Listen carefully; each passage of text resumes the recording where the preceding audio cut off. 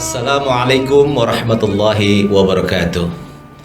Alhamdulillah alladzi farada alaina as-siyama fi syahri Ramadan linakuna minal mu'minina al-muttaqin. Asyhadu an la ilaha illallah iyyahu na'budu wa iyyahu nasta'in wa asyhadu anna Muhammadan abduhu wa rasuluh khatamul anbiya'i wal mursalin. Allahumma salli wa sallim ala hadzal nabiyil karim Nabiyyina Muhammadin wa ala alihi wa sahbihi ajma'in. Amma ba'd, fa ya ibadallah usikum wa nafsi bittaqwallah wa ta'atihi la'allakum tuflihun.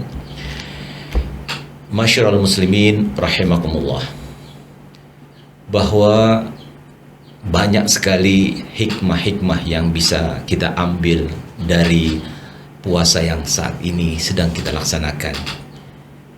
Di antaranya Syekh Ahmad Mustafa Al-Maraghi dalam kitab tafsirnya Al-Maraghi, beliau memberikan ada 6 hikmah daripada puasanya seseorang untuk mencapai derajat takwa. La'allakum tattaqun. Yang pertama adalah bahwasanya as-siyam itu annahu yu'awidul insana al-khasyah min rabbih fi sirri wal alam.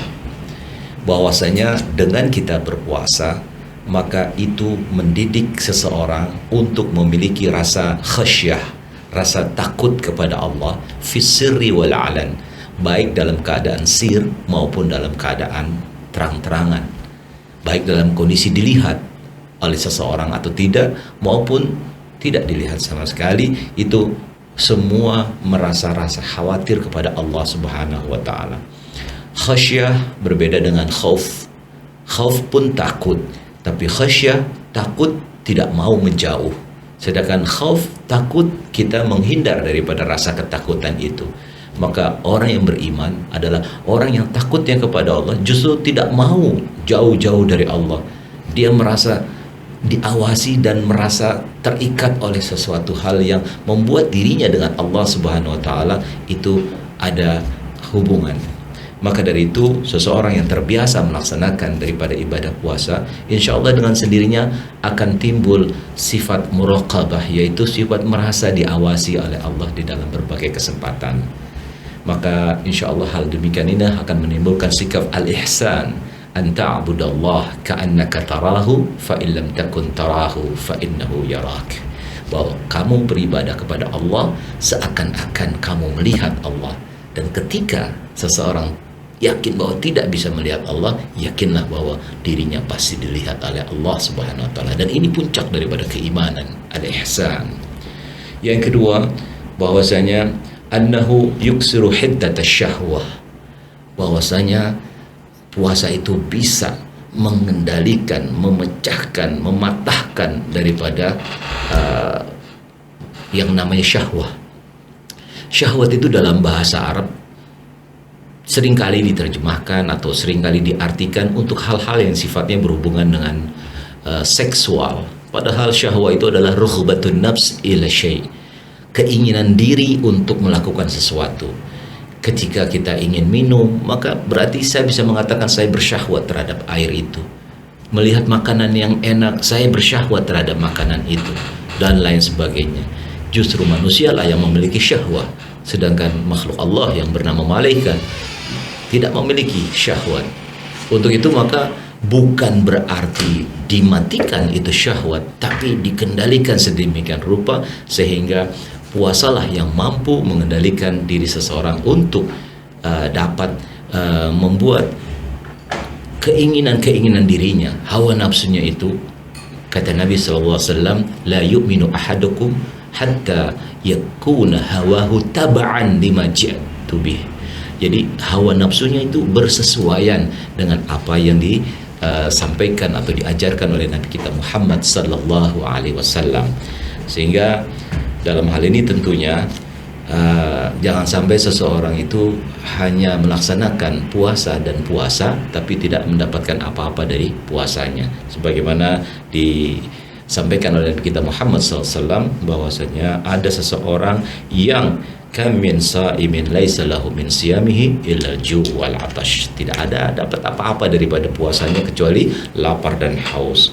Yang ketiga, bahwasanya puasa wabil khusus puasa Ramadan ini menurut Syekh Ahmad Mustafa Al-Maraghi yaitu annahu yu'awwidu syafaqah war rahmah ad-da'iyataini ila al-badri was sadaqah, yaitu bahwa dengan melaksanakan puasa maka seseorang itu akan terlatih dan merasakan betapa sulitnya orang-orang yang tidak bisa makan, sehingga dengan demikian timbullah rasa untuk bagaimana dia memiliki empati, memiliki rasa peduli kepada mereka-mereka yang membutuhkan uluran bantuan, sehingga disitulah maka akan timbul rasa keinginan untuk berinfak, bersedekah, berzakat, berwakaf dan lain sebagainya.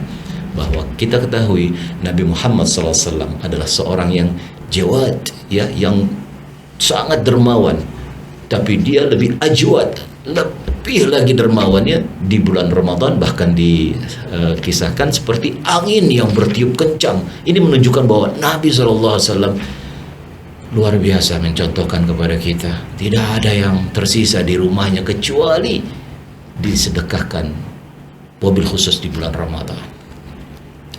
Yang keempat, anna fihi al-musawah baina al-aghniya wal fuqara wal muluk was sawqa fi adai faridatin diniyatin wahidah.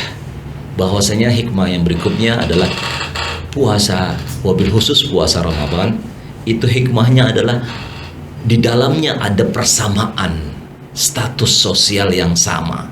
Dalam arti tidak ada bedanya antara si kaya dengan si miskin, antara raja dan seorang budak atau warga biasa di dalam melaksanakan daripada perintah atau kewajiban untuk berpuasa.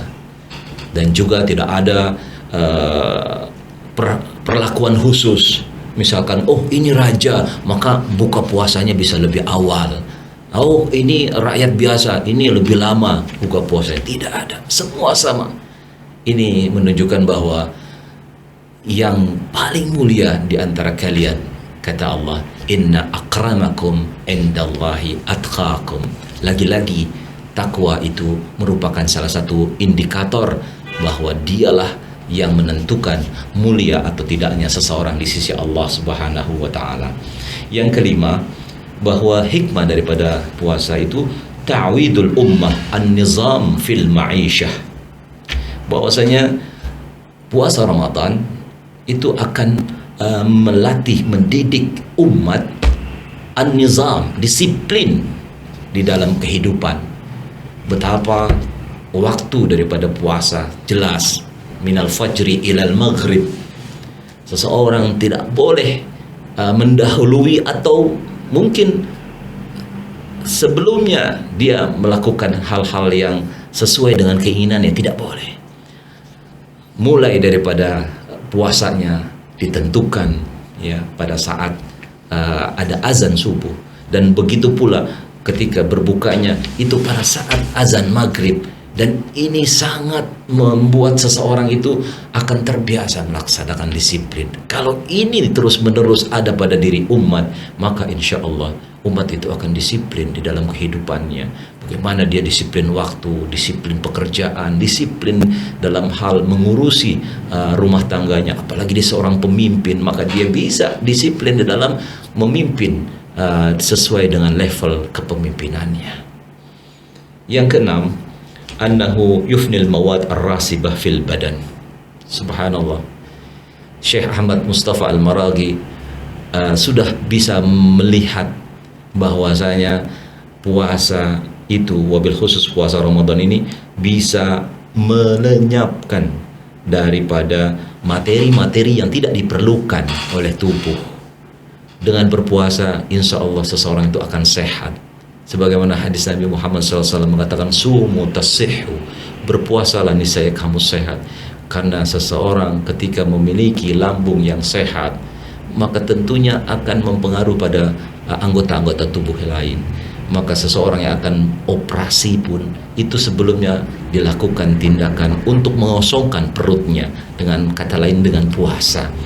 Bagaimana kalau seseorang melatih dirinya dalam waktu tertentu, ayyam ma'dudat, ya, hari-hari yang sudah ditentukan oleh Allah Subhanahu wa taala, bisa 29, bisa 30, dengan tertib dari pagi sampai sore selama 29 atau 30 hari seperti itu, maka tentunya kondisi tubuhnya akan lebih baik. Tapi perlu kita ingat bahwasanya sehatnya itu seperti apa.